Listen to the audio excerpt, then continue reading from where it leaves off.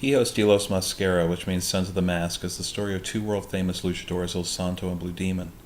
After their careers, they had retired from professional wrestling and have settled down in a small West Texas panhandle town called Center Springs, Texas, near Pecos and Saragossa out in Reeves County. Rodolfo Huerta, who is El Santo, and he owns the hardware store, and Alex Moreno, who was Blue Demon, owns a Mexican restaurant. The two men have kept their professional identities a secret, and nobody in the town knows that they were previously high-flying, famous luchador wrestlers in their former lives. I have a special guest here, Senor Hurricane Ramirez, who is a world-famous luchador and a friend to El Santo and Blue Demon. He has first-hand knowledge of this story. So, Mr. Hurricane, how did this story come about?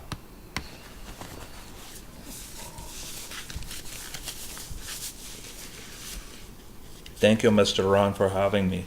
Strange things were happening around our town and in the county, so the two men, they get with the local sheriff to try to figure out what's going on. Stumbling upon an abandoned mine, they find the alien hideout where the aliens were planning to take over and enslave the earth. As they go to tell the sheriff, Rodolfo got a call about a problemo at home.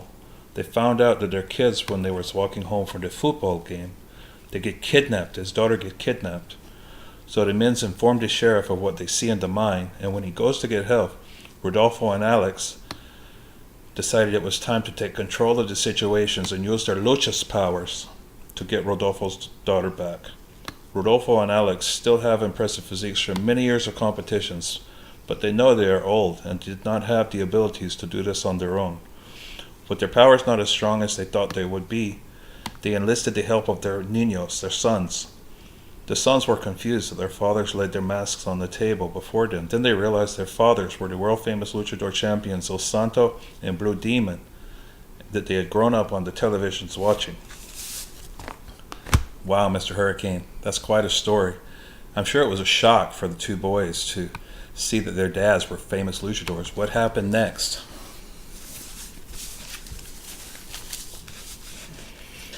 Well, the Grand Luchadors transferred the powers, the magic powers of the lucha, to their sons by taking them to the secret location and having a ceremony. They give them the powers, then they all join and fight the aliens at the mine, rescuing Rodolfo's daughters. The lucha understand they have to make a stand for all humanity and challenge the aliens to a match with the stipulation, if El Streños lose, they must leave forever the earth and never return. El Santo, Blue Demon, and their sons, they fight hard against the aliens and all battle royal for the fates of the planet. And after a hard-fought battle, it comes down to the alien leader and El Santo, one-on-one, as they engage in the battle of the ages for the fate of the world. El Santo won, and the alien leaders were forced to leave and never return. With the aliens, when they were gone, their sons now had the powers, El Santo Jr. and Blue Demon Jr. now.